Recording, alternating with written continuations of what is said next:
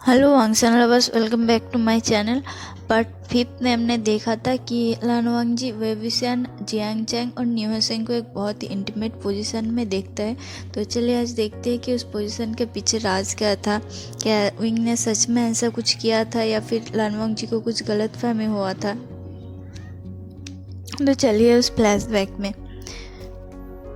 उस रात उस तीनों ने कई सारे एम्पर स्माइल के बॉटल्स ख़त्म कर चुका था और ये लास्ट बॉटल था जिसे पाने के लिए तीनों ही एक दूसरे के साथ लड़ाई कर रहे थे। और लड़ाई करते करते तीनों हाथापाई में उतर चुका।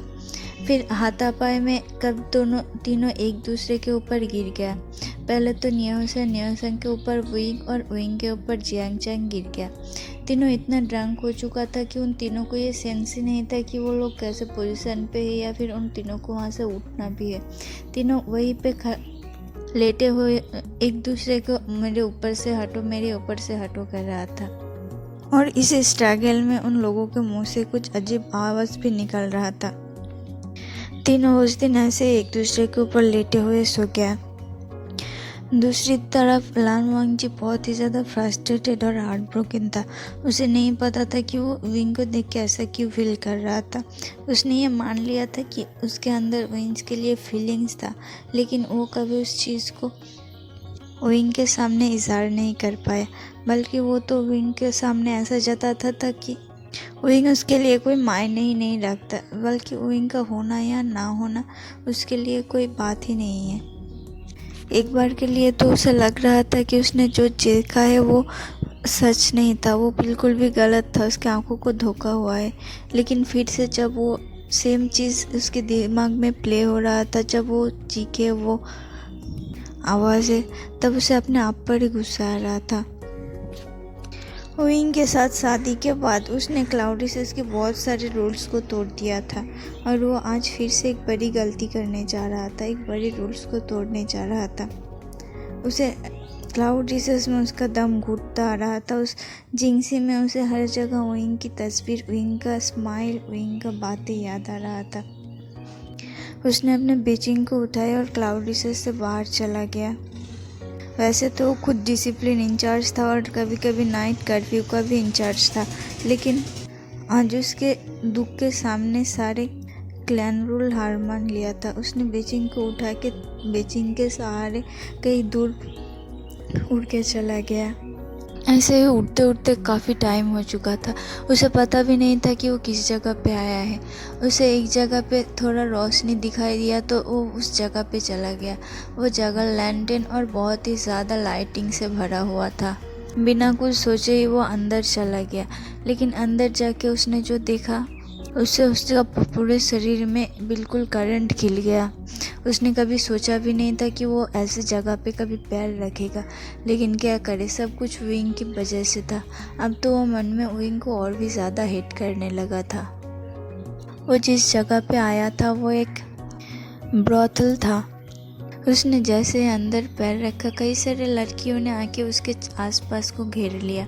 वो लड़कियां उसके ऊपर चांस मार रहा था, कोई उसे टच करने की कोशिश कर रहा था तो कोई उसके सामने खाना रख रहा था, कोई सिडक्टिवली उसके तरफ देख रहा था तो कोई उसे अपने तरफ आने का इशारा कर रहा था। इन सब चीज़ों से लान वांगजी बहुत ही ज़्यादा अनकम्फर्टेबल फील कर रहा था।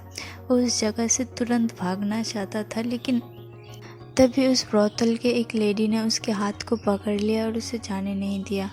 उस लेडी ने कहा, यंग मास्टर, आपको देख के लगता है कि आप कल्टीवेटर हो। आपको हमारे ब्रोथल में स्वागत है। आप यहाँ जो चाहे, जो जैसा भी चाहे कर सकते हैं। अगर आप चाहे तो आपको एक अलग सा रूम भी दे सकते हैं हम। क्या आपको अलग से प्राइवेट रूम चाहिए? लान वांगजी ब्रोथल में पहले कभी नहीं आया था।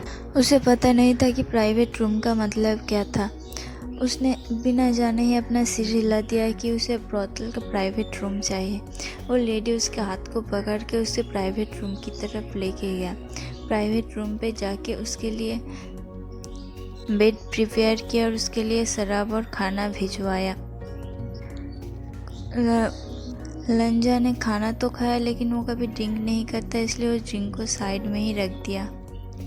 फिर कुछ देर बाद एक बहुत ही ज़्यादा ब्यूटीफुल लेडी आया उस प्राइवेट रूम के अंदर।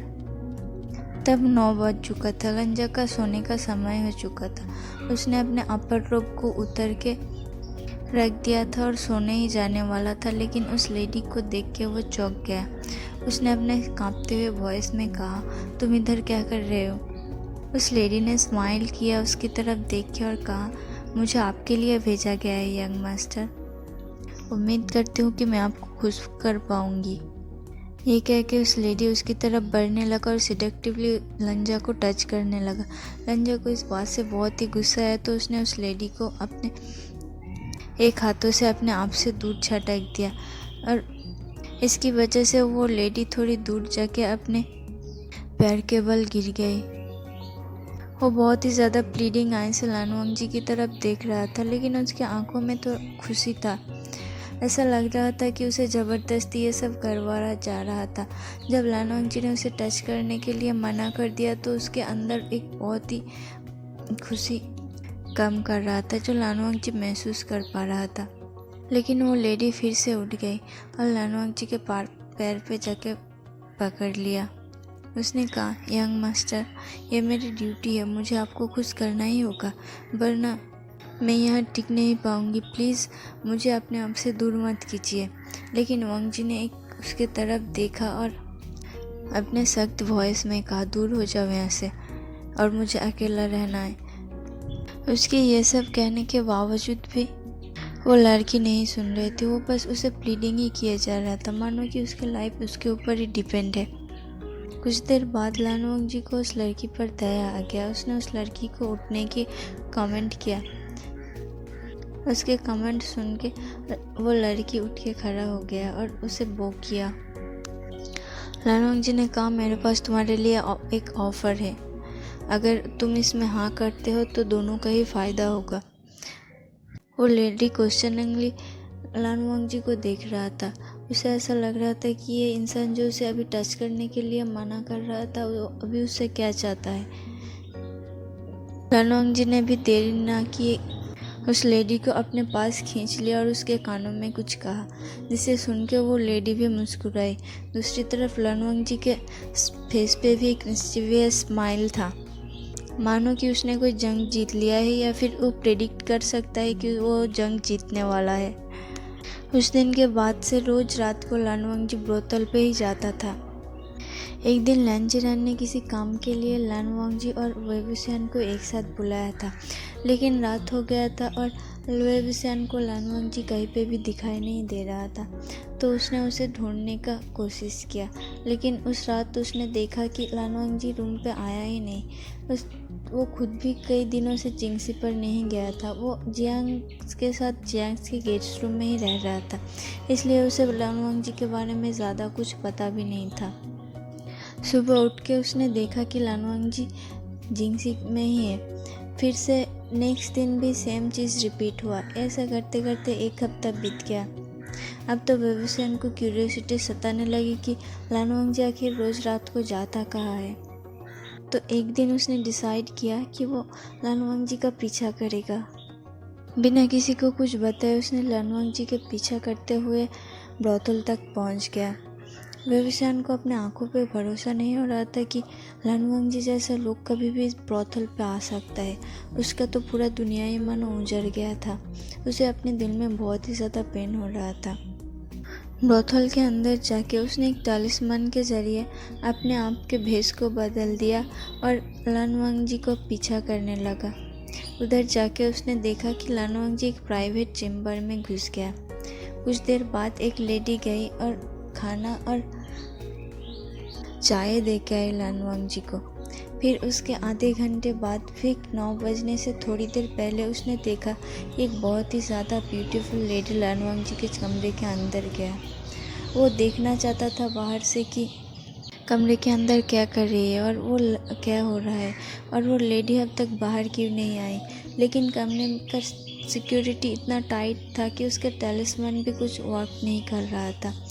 लानवांग जी ने पहले से ही प्राइवेट चैम्बर के अंदर एक था, जिसके ज़रिए बाहर से कोई भी उन लोगों को नहीं देख सकता था या फिर नहीं सुन सकता था। तो वेबुसियान ने बाहर ही वेट किया। उधर वेट करते करते उसकी आंखों से आंसू निकल रहा था। वो उस मोमेंट को याद कर रहा था जब जब लानवांग जी ने उसे हर्ट किया था। उसने अपने दिल को कई बार मनाने की कोशिश किया लानवांग जी से ना प्यार करने के लिए, लेकिन उसका दिल उसका कभी नहीं सुनता था। कुछ वक्त के लिए वो सोचता था कि वो लानवांग जी से दूर रहेगा, लेकिन जब भी वो लानवांग जी को देखता था तब वो वीक पड़ जाता था और उसका वो पोर दिल फिर से लानवांग जी पे आ जाता था। उसने कई सारी कोशिश की लानवांग जी को नफरत करने का, लेकिन कुछ भी वर्क नहीं किया। आखिर तक उसने लानवांग जी से प्यार कर बैठा। फिर जब जब उसने लानवांग जी को म्यानमार के साथ देखा, उसके दिमाग में मानो ऐसा कुछ चलता था कि दोनों कितना परफेक्ट जोड़ी है। उसने कई बार अपने आप को स्लैप किया था कि वो ये सब ना सोचे, लानवांग जी उसका हस्बैंड है। लेकिन लानवांग जी और म्यानमार के इंटरेक्शन को देख के उसके दुनिया उजड़ जाता था। वो बहुत ही ज़्यादा अपने आप को संभालने की कोशिश करता था। वैसा ही किया, हर रात को क्लाउड रिसर्च के बाहर जाता, एम्पायर स्माइल खरीदता और पूरा रात नशे में धुंध होके रहता। सुबह उठ के क्लासेस वगैरह ये सब में उसका दिन निकल जाता था। सच बात तो ये था कि वेवुसियन ये सब कुछ करता था ताकि उसे लानवांग जी को फेस ना करना पड़े, क्योंकि लानवांग जी को दूसरे कोई लेडी के साथ बात करते हुए देखकर उसे बहुत ही ज़्यादा इनसिक्योर और पेन फील होता था, जो कि वो नहीं सह पाता था। वो लानवांग जी को अपने फुल हस्बैंड के रूप में बांटना चाहता था, लेकिन लानवांग जी तो उसे पसंद ही नहीं करता, या जहाँ तक कि उसके चेहरा भी नहीं देखना चाहता था। वैसे में वेवुसियन के पास कोई रास्ता नहीं था। एक तो उसका हस्बैंड जो कि उसे बिल्कुल भी इग्नोर करता है, उसका एग्जिस्टेंस उसके लिए कोई मायने ही नहीं रखता, और दूसरी तरफ उसका बेचारा दिल जो कि उस इंसान से प्यार करता था जो उसे उस दुनिया में सबसे ज़्यादा नफरत करता था। इसलिए वेवुसियन ने तय किया था कि वो अपने आप से ही दूर रहेगा, लेकिन उसे ये बिल्कुल भी अंदाज़ा नहीं था कि उसका प्रेजेंस के बगैर लानवांग जी ये सब भी कुछ कर सकता है। वही प्राइवेट चैम्बर के बाहर खड़े होकर वेवुसियन के आंखों से नॉन स्टॉप आंसू टपक रहा था। उसका दिल में बहुत ही ज़्यादा पेन हो रहा था। उसने पूरी रात छटपट किया जानने के लिए कि अंदर क्या हो रहा था, लेकिन कुछ भी वर्क नहीं किया। जब सुबह हुआ तब उसने देखा कि लानवांग जी उस कमरे से बाहर निकला और उसके रोब्स कुछ अच्छा नहीं था। उसके अपर रोब्स इधर उधर बिखरा हुआ था, कुछ कुछ जगह से तो थोड़ा थोड़ा डर्टी भी हो चुका था। फिर लानवांग जी के जाने के बाद वो लेडी बाहर निकला। उसे याद आया कि रात को उस लेडी ने कितना सारा मेकअप करके गया था और कितना सज सवर के गया था, लेकिन सुबह जब उसने उस रूम से बाहर निकला तब उसके चेहरे पे मेकअप भी नहीं था, उसके कपड़े भी डर्टी था और उसके कपड़े सही ढंग से पहना भी नहीं था। वेवुसियन को तो मानो पूरा दुनिया ही उजड़ गया था वो सीन देख के। उसने अपने मुंह पर हाथ रखा और अपने पैरों को संभालते हुए ब्रोथल के बाहर लेके गया। बाहर जाके उसने चीखा चिल्लाया। उसके अंदर अब इतना भी हिम्मत नहीं बचा था कि वो क्लाउडी से लौट के जाए। उसने अपने आंखों के सामने अपने घर को उजाड़ते हुए देखा। बचपन से भी जो कुछ भी हुआ है उसके साथ उसने स्माइल फेस के साथ सब कुछ एक्सेप्ट कर लिया था, लेकिन ये उसके लिए बहुत ही ज़्यादा था। वो इसके प्रिपेयर करके रखा था, लेकिन अब जब इतना सब कुछ अपने आंखों के सामने देखकर उसका दिल उसके सीने से बाहर आ रहा था। उसे पता नहीं चला कि वो कब वहीं पे बेहोश हो गया। जब उसे होश आया तब वो जियांग के गेस्ट रूम में था। जब उसने पूरे दिन क्लाउड रिसेस नहीं लौटा तो जियांगचैंग और निहोसेंग उसे ढूंढने के लिए क्लाउड रिसेस से बाहर गए और वो उन लोगों को रास्ते में पड़ा हुआ मिला तो वो लोग उसे लेके जियांगक्लैन के गेस्ट रूम में लेके गए। जब उसने आंखें खोला तब जियान यानली उसके लिए सूप लेके गया था। उसे सूप पिलाया। उसे वो फ्लैशबैक याद आ रहा था कि उसके साथ क्या क्या हुआ। उसने क्या क्या देखा ब्रोथल में। वो अपने आप को संभालना चाहता था, लेकिन फिर भी संभाल नहीं पा रहा था। उसने यानली को पकड़ के उसके कंधे पे सिर रख के बहुत ज़्यादा रोया। 2 दिन तक उसने अपने आप को उस कमरे में बंद रखा, बिना खाए पिए। सब उसके लिए बहुत ही ज़्यादा वरीड थे। वो सोच रहा था कि लानवांग जी तो उसे ज़बरदस्ती उस कमरे से बाहर निकाले, लेकिन ऐसा नहीं हुआ। लानवांग जी उसे मिलने तक नहीं आया। 2 दिन बाद बहुत ही ज़्यादा तकलीफ सहने के बाद उसने अपने मन को मारकर फाइनली लानवांग जी से मिलने का डिसाइड किया। वो लानवांग जी के रूम पे गया लानवांग जी को ढूंढने के लिए। लानवांग जी तब जिंगसी में नहीं था। करीब 2 घंटे इंतज़ार के बाद लानवांग जी जिंगसी पे आया। आके वेबुसान को देख के वो चौंक गया, क्योंकि इस 1 महीने में कभी भी वेबुसान ना जिंगसी, और अगर कभी आता भी था वो तो कभी लानवांग जी के लिए इंतज़ार नहीं करता। यहाँ तक कि वो तो लानवांग जी से मिलता भी नहीं था। दोनों एक दूसरे के सामने खड़े थे। दोनों ही एक दूसरे को देखकर इमोशन हो चुका था, लेकिन इससे पहले कि एक दूसरे से कुछ कह पाते, लानवांग जी के रोब में कुछ चमकता हुआ दिखाई दिया। लेकिन उस चीज़ के चमकने के बाद लानवांग जी के फेस पे टेंशन साफ दिख पा रहा था। वेबुसान तभी लानवांग जी से मुंह से निकल गया आचिंग, और ये कहने के साथ ही लानवांग जी बिना कुछ बोले जिंगसी से निकल गया और अपने बीचिंग के सहारे फ्लाई करते हुए वहाँ से चला गया। वेबुसान अभी भी वहीं पे खड़ा था। उसके सामने बार बार सिर्फ एक ही नाम आ रहा था, आचिंग आचिंग। उसने खुद को कंपोज किया और ब्रोथल की तरफ निकल गया। उसे पता था कि लानवांग जी कहीं पे भी जाए ब्रोथल पे तो ज़रूर जाएगा, पर होता भी वही है। जब उसने ब्रोथल पहुंचा तब उसने देखा वही ब्यूटीफुल गर्ल जो लानवांग जी के प्राइवेट चैम्बर में जाता था और सुबह को निकल आता था। वो लानवांग जी को हग किए हुए था। उसका रोब्स डर्टी था और इधर उधर बिखरा हुआ था, और आचिंग नाम की उस लड़की, उसका हालत तो बहुत ही ज़्यादा मेसी था। वो लानवांग जी को टाइटली हग किया हुआ था और लानवांग जी उसके सिर पे अपना हाथ फैला रहा था। ये देख के फिर से एक बार वेबुसान की दुनिया उजड़ गया था। लानवांग जी उसका हस्बैंड है, लेकिन उसे आज तक हाथ भी नहीं लगाया।